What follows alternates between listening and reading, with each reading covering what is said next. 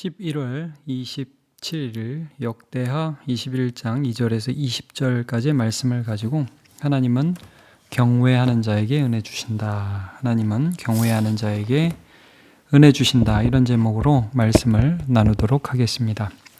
오늘 본문은 유다의 5번째 왕인 여호람에 대한 말씀입니다.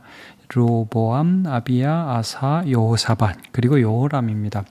솔로몬의 범죄 이후에 나라가 남북으로 나뉘고 남유다의 왕들이 다윗과 솔로몬을 이어서 왕이 되면서 이전 솔로몬이 했던 그 범죄에 대해서 회개하고 나름대로 선한 길을 걸어왔습니다.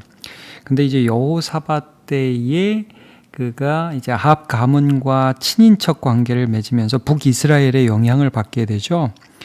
이제 그 영향을 받은 인물로서 이제 남유다의 죄악의 물결들이 급격히 들어오게 되고 타락한 왕이 타락하고 완전히 하나님을 떠난 첫 왕이 이제 여호람이 되는 것입니다. 그래서 여러분 오늘 여호람에 대해서 보면 별로 좋은 얘기가 하나도 안 나옵니다.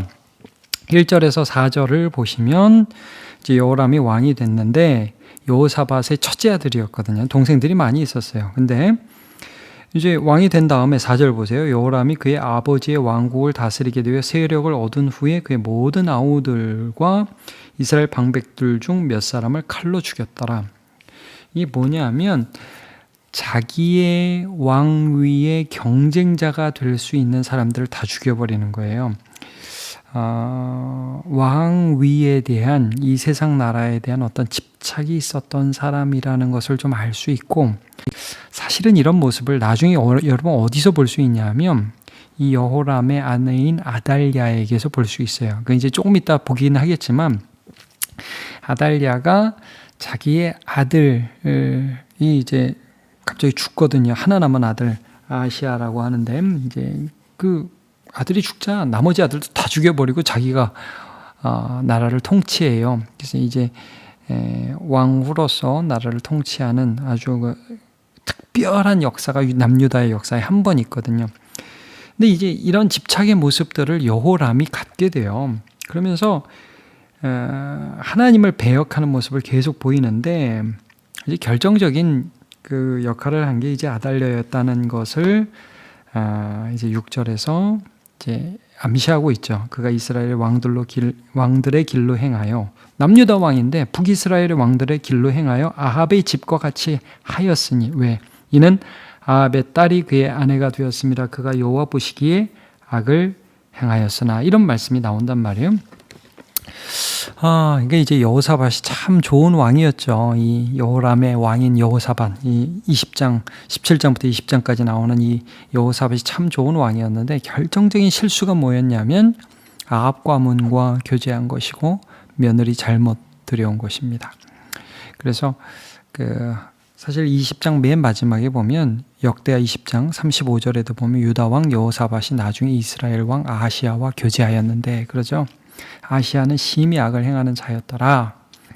이런 모습들이 계속해서 뿌리가 남아가지고 이것들이 나중에 여호람을 통해서 열매를 맺는 것을 보게 됩니다. 좀 안타까워요. 그래서 오늘 본문에는 이 여호람이 이렇게 하나님 앞에 악을 행하고 아합 가문의 길을 따르고 우상을 숭배하고 그래서 하나님께서 그의 대적이 되셨다 이겁니다. 오늘 본문은 첫 번째가 그거예요. 나중에 이제 두 번째를 볼 텐데 그래서 여러분 8절부터 보면 에돔과 림나의 배반이 나옵니다. 이 여호사밧 때 뭐 국력이 뭐 엄청나고 뭐 외국 주변국들을 다 점령하고 그런 일들이 있었죠. 근데 에돔이 배반한 게 8절에 나오고요. 그다음에 림나가 배반한 게 10절에 나오죠. 이게 이제 하나님이 하나하나 떨어버리시는 거예요. 근데 이 희한한 게요. 정신을 못 차려요.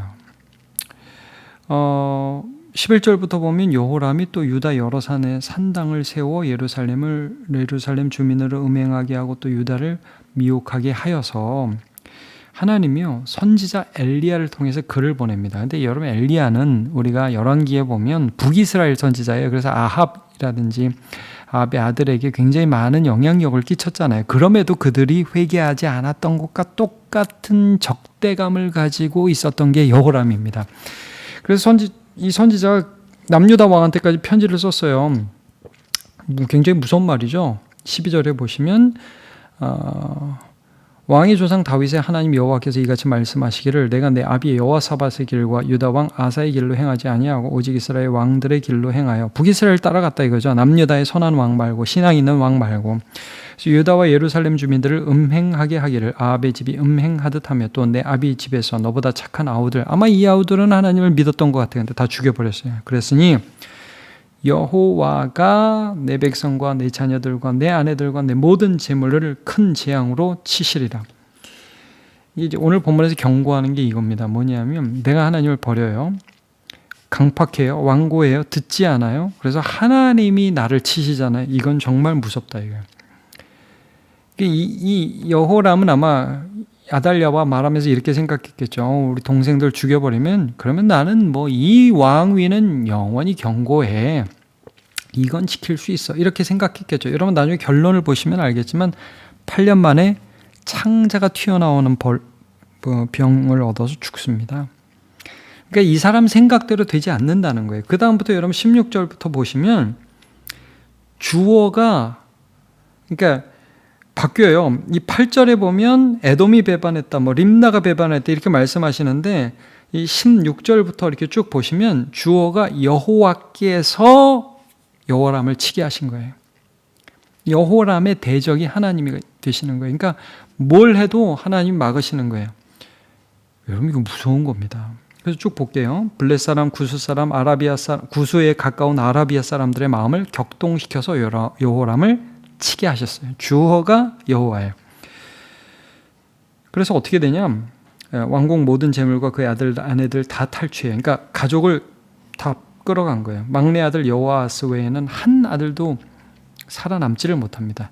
이게 또 의미가 있어요. 나중에 볼게요. 18절 이 모든 일 후에 하나님 여호와께서 여호와가 주어죠. 여호와께서 여호람을 치셨어요. 그래서 고치지 못할 병, 불치병이 창자에 들어서 2년 만에 창자병으로 말미암아 죽었는데 창자가 빠져나왔다. 심한 병이다.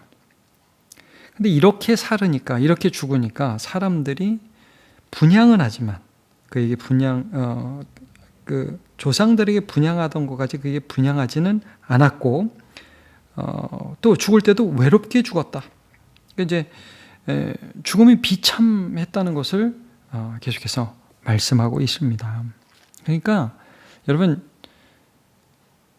이 완고함, 강팍함, 내 힘으로 살려고 해서 하나님을 버려서 하나님이 내 대적이 되시는 인생은 그건 내 생각으로는 될 것 같지만 안 되는 인생이다. 너네 그렇게 살지 말아라 라고 경고하는 것입니다. 그러니까 여러분 우리가 일상 살아갈 때 하나님을 경외해야 돼요. 내 생각과 내 방법으로 지금 좀 잘 되려고 사람 죽이고 동생 죽이고 우상 섬기고 그거 아니라는 거 경고하고 있습니다. 근데 여기서 우리가 또 하나를 봐야 돼요. 오늘 본문의 주인공이 분명히 여호람이죠. 그런데 좀 유익 있게 봐야 될 게 있습니다. 사람이 누구냐? 다윗입니다. 다윗. 아니 오늘 본문에 다윗이 어디 나오죠? 여러분 7절 보시면 여호와께서 다윗의 집, 여호람이 다윗의 집이라는 거죠. 다윗의 집을 멸하기를 즐겨하지 아니하셨으면. 그러니까 사실 여호람이 한 짓으로 보면 여호람 대에서 완전히 끝나야 돼요. 근데 하나님이 다윗의 집을 멸하기를 즐겨하지 아니하시고 이전에 다윗과 더불어 언약을 세우시고 또 다윗과 그의 자손에게 항상 등불을 주겠다고 말씀하셨기 때문에 지금 이 여호람이 나쁜 왕, 약한 왕이 다스리는 왕국을 벌하실 때도 다윗 때문에 은혜를 주고 계시고 은혜가 흘러가고 있다는 거예요. 그게 좀 전에 봤던 거 뭡니까? 여러분 블레셋과 구수에 가까운 아라비아 사람들의 마음을 격동해서 여호람을 치게 하셨다. 16절에 나오죠. 근데 그들이 와서 왕족을 다 몰살시켰어요. 근데 누구가 남았어요? 여기서 막내 여호아하스. 그리고 여호아하스가 나중에 보면 이 사람도 아주 악한 왕이에요. 아하시아라고 똑같은 이름으로 이제 그 다음 장에 나오는데 이 사람도 악한 왕이에요. 죽어요. 근데 이 아하스의 하나 남은 요아스라는 왕이 믿음을 회복하게 돼요. 등불을 끄지 않으세요. 그러니까 이 나쁜 왕에도 불구하고 하나님이 지금 누구를 생각하세요? 다윗을 생각하세요. 여러분, 이게 우리 하나님의 멋진 부분입니다. 하나님은요, 이 세상을 보면서 악한 자만 보지 않고요. 마치 아브라함이 기도할 때 의인 10명만 있으면 소돔과 고모라를 멸하지 않으시겠습니까? 할 때 그래, 내가 의인 10명을 인해서 멸하지 않겠다. 여러분, 하나님이요, 하나님을 경외하는 자를 찾고 계시고 또 그런 자에게 신실하게 은혜를 베푸신다는 거예요. 그러니까 믿음의 사람들은 이걸 믿고 안심했어요. 여러분, 야곱이라는 사람이 이제 이집트에 내려갔잖아요. 뭐 계속해서 또돌이 인생을 살아가다가 진짜 파란만장 삶을 살다가 죽었던 줄 알았던 자기 아들 요셉이 살아있는 그 이집트에 내려가서 죽으면서 이런 예언을 합니다. 창세기 48장 21절 이스라엘이 요셉에게 또 이르되 나는 죽으나 하나님이 너희와 함께 계시사 너희를 인도하여 너희 조상의 땅에 돌아가게 하시려니와 이런 말씀을 해요. 나는 죽어. 근데 하나님의 은혜는 너희와 함께 있을 거야. 난 그 하나님을 만났어. 난 그 하나님을 생각하면서 평안해. 야, 저는 정말 이렇게 죽었으면 좋겠어요. 아니, 이렇게 죽게 하실 겁니다. 그게 뭐예요? 내가 할 수 없는 거 투성이고 난 죽음 앞에서 하나님 부르시니까 가야 돼. 근데 너네 남겨놓고 떠나니까 참 막막하다. 야, 이 험한 세상 어떻게 살래? 이게 결론이 아니라 야, 이렇게 아무리 험한 세상이 있어도 나는 하나님을 믿는다. 하나님은 내가 여태까지 경외했던 하나님은 이 세상에 무슨 어려움이 있어도 은혜를 주실 하나님이야. 악인은 벌을 받겠지. 근데 은혜는 없어지지 않아. 나는 하나님 믿는다. 너희들을 지켜주실 거다. 전 정말 이렇게 죽고 싶습니다. 또 그렇게 하실 하나님을 신뢰합니다. 여러분, 그러니까 오늘 본문의 주인공은 반주인공은 물론 여호람이겠지만 여러분, 진짜 주인공은 다윗이고 그 다윗을 사용하시는 하나님이시죠. 은혜 베푸시는 하나님이죠. 여러분, 하나님은 어떤 상황에서도요, 정말 진노가 쏟아지는 그 가운데에서도 믿음을 가진 자에게 은혜를 베푸십니다. 시편 25편 14절 여호와의 친밀하심이 그를 경외하는 자들에게 있으며 그의 언약을 그들에게 보이시리로다 그랬습니다. 늘 하나님을 경외하여서 어떤 상황 가운데에서도 그의 은혜를 받는 저와 여러분 되시기를 축복합니다. 기도하겠습니다. 하나님, 오늘 유다의 5번째 왕 여호람의 악행을 보면서 참 그 얼마나 완고하게 아달리아와 연합하여 하나님을 배역하고 동생을 죽이며 그리고 그 결과 하나님이 그의 대적이 되어 비참한 인생과 종말을 맞이하였는가를 보았습니다. 하나님, 우리 이 여호람의 뒤를 따라가고 지혜로운 자 같으나 바보 같은 인생을 살지 않게 해 주옵소서. 그리고 오히려 우리 하나님을 경외하며 다윗같이 이미 그가 죽었으나 하나님이 그에게 약속하신 약속을 기억하시며 그의 자손에게 복 주시는 그런 여전히 하나님의 눈에 역사의 주인공으로 남는 믿음의 삶을 살아갈 수 있도록 도와주옵소서. 하나님, 오늘도 우리가 믿음으로 살기 원합니다. 은혜 베풀어 주옵소서. 예수님의 이름으로 기도합니다. 아멘.